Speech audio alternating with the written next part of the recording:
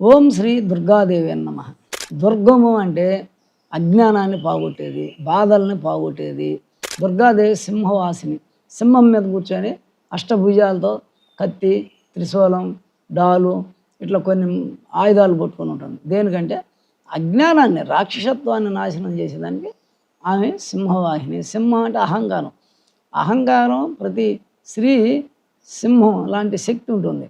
ఆ సింహతత్వాన్ని ఆమె వశం చేసుకుంటుంది. ఆమె ఆ దేవత ఎవరైనా సరే, ప్రతి స్త్రీ కూడా ఆమెలో ఉండే ఇంద్రియాలన్నీ జయిస్తే ఆమె సింహవాహిని.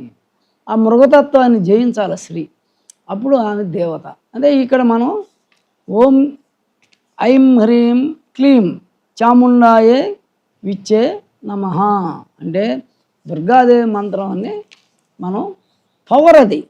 అంటే అజ్ఞానాన్ని తొలగించడం, మనలో వీక్నెస్, శక్తిహీనత, బలహీనత, నీరసము, సచ్చు ఇలాంటివి ఉంటాయి కొంతమందికి. ఎందుకంటే రవి బలం కానీ కుజి బలం లేకపోతే ఇలాంటిది వస్తుంది. వీళ్ళు ఏంటంటే ఈ మంత్రాన్ని చెప్పుకుంటే వాళ్ళకి లోపల వీరత్వం, సౌరత్వం, డి విటమిన్ పెరగద్ది.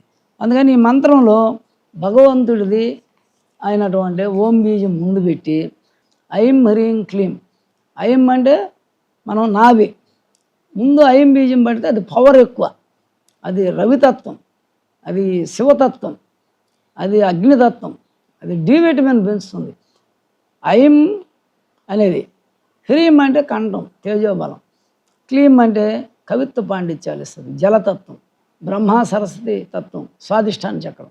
చాముండాయై ఇచ్చే నమః అంటాం. అంటే చాముండాయై, చండి అంటే రౌద్రం, కోపం. అక్కడ ఏమి సచ్చు అట్లాంటిది ఉండదు. ఎవరికైతే లో బీపీ ఉన్నా, మెతకతనం ఉన్నా, సచ్చుగా వాడి పనులు కాలేదు, నాకు ఏ పనులు కావటం లేదనుకుంటే వాడికి పవర్ కావాలంటే ఓం ఐం హ్రీం క్లీం చాముండాయై విచ్చే నమః అంటే ఆ దేవత దుర్గాదేవి పటం పెట్టి మనసులో దేవతను తలుచుకొని వాడి మంత్రం చేసుకోవచ్చు. బీజాల మీద కూడా చేసుకోవచ్చు. మధ్యాహ్నం చేస్తే పవర్ ఈ మంత్రం.